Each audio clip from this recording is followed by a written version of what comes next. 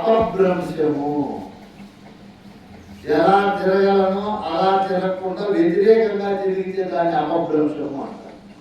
ఇప్పుడు మీరు దేవుడితో కలిసి ఆశ్రమానికి రావాలనుకున్నారు. హైదరాబాద్ నుంచి నేరుగా బస్సులో ట్రైన్లో ఎక్కి కదిలికి వచ్చి ఆ పిల్లి శరీరంలో అద్భుతమైన వాసన వచ్చే ద్రవం కొడతారు. అది ఒక రోజు గీరుకుంటా ఉన్నప్పుడు ఆ ద్రవం వాసన వచ్చిస్తాము. దేనికి? అబ్బా ఈ వాసన ఎక్కడి నుంచి వస్తా ఉంది కొండల్లోని నెల రోజులు సంవత్సరం రోజులు తిరిగింది.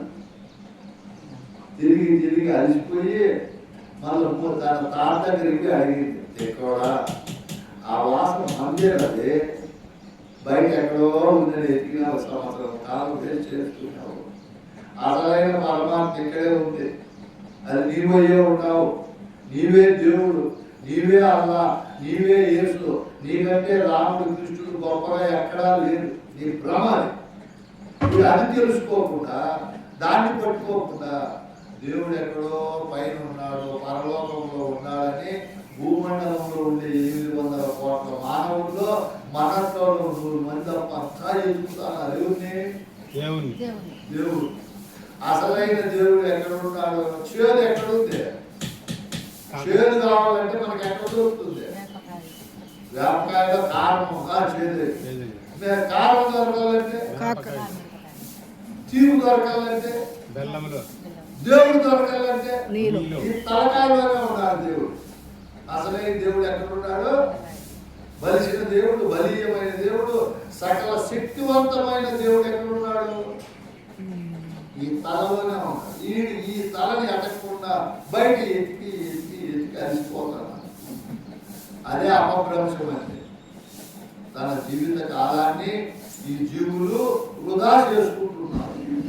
వేదాలు, శాస్త్రాలు, పురాణాలు, ఇతిహాసాలు, మంత్రాలు, యంత్రాలు, మోహనాది విద్యలు కల్పించేటువంటి మంత్రాలన్నీ కూడా శైవ మతము, శక్తి మతము, గణపతి మతము మరియు శివ మతము, వైష్ణవ మతము ఎన్నో ఉన్నాయి సృష్టిలో. క్రైస్తవ మతము, ఇస్లాం మతము, జైన, బౌద్ధ మతము. అప్పుడు లేవు ఈ బుక్కులా. ఇవన్నీ ఇప్పుడు వచ్చేసాయి మతాలు. ఈ బహుమతాలన్నీ కూడా మనిషికి యథార్థాన్ని బోధించవు. ఏ మతమైనా కూడా అపభ్రంశం కలిగిస్తుంది. ఎవరు చెప్తారు ఈ మాటలో? పార్వతీ దేవుతో చెప్తున్నారు.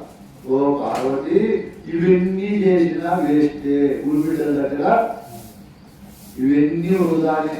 ఇవి తెలియని చదువులు ఏవి? ఇప్పుడు అన్ని అస్త్రశస్త్రాలు పోసినవాడు. రావణ బ్రహ్మతో యుద్ధం చేయకూడదు. సాయంత్రం వరకు బాణాలు వేసినాడు. ఎవరిపైన?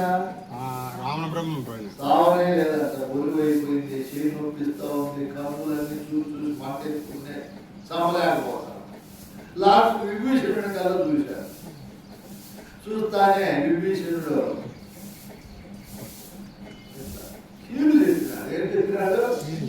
కీడు. మా అన్న మెడకు గురి చూసి కొడితే రామా నీ బాణాలు ఏమి ప్రయోజనం కావు, పొట్టను చూసి కొట్టు. దీన్ని ఆడుంది మా అన్న ప్రాణం అప్పుతో బాణాలు కాదు, ఒక్కటే బాగా ఇచ్చినాడు. విభీషణుడు చెప్పలేదు అనుకో. రాముడి దగ్గర ఇంకున్నాయి అస్త్రశస్త్రాలు. రావణుడు ఏం చేస్తాడు? ఎన్ని సంవత్సరాలైనా ఏం చేయలేడు. కీడుకి నేను చదువులు ఇవన్నీ యాభై వేదాలు, శాస్త్రాలు, పురాణాలు, ఇతిహాసాలు ఇవన్నీ చదువుకో. మన టీవీ పెడతానికి పొద్దున్నే 20-30 మంది వస్తారు ఛానల్లో. ఎవరు చెప్పేవాళ్ళు? చెప్పే గురువు నిర్మలంగా చెప్పాలి కదా. కూడా తలకాయ పైన సిడ్డి సాయిబాబాను పెట్టుకుంటారు, పక్కన ఓ శక్తిని పెట్టుకుంటారు ఫోటో. వాళ్ళు ఏమి ఎందుకు వాళ్ళ పెట్టుకున్నారు వాళ్ళందరినీ? వాళ్ళు గొప్ప, నేను గొప్ప కాదు అని వాళ్ళు అంగీకరిస్తారు. తెలియదు. మనం పెట్టుకుంటాం అట్లా. ఎందుకు మనం పెట్టుకోము? మనకి తెలుసు ఏమనే నేనే దైవ స్వరూపం. చేదు వేపకాయలు ఉంది, కారము మిరపకాయలు ఉంది, తీపు దేవుడు తలలో ఉంటాడు. నేనయ్యే ఉన్నాను. నాకు నా దేవుడు లేదని ఆ కీలు మనకు తెలుసు. కీలు తెలుసు కాబట్టి మనము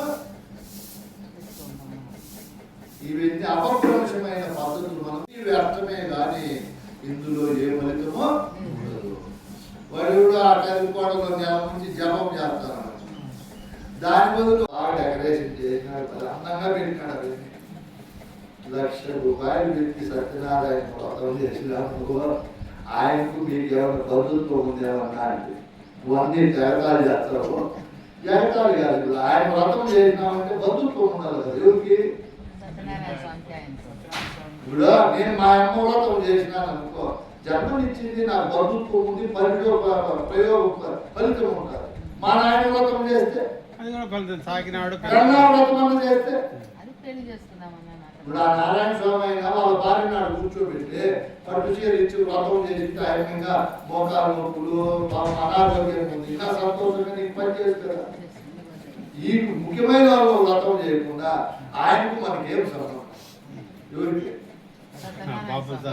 వ్రతం చేసిన నువ్వన్నీ చేస్తావు కదా. గురుబిడ్డ పోయి గురువు పోయి మళ్ళా సత్యనారాయణ వ్రతం చేస్తారు. గురువు చేయలేదు. గురువే స్వామి, గురుబిడ్డ కాదు. అదే గురువు అయ్యి నేను చెప్తాడు. గురువు అధికారం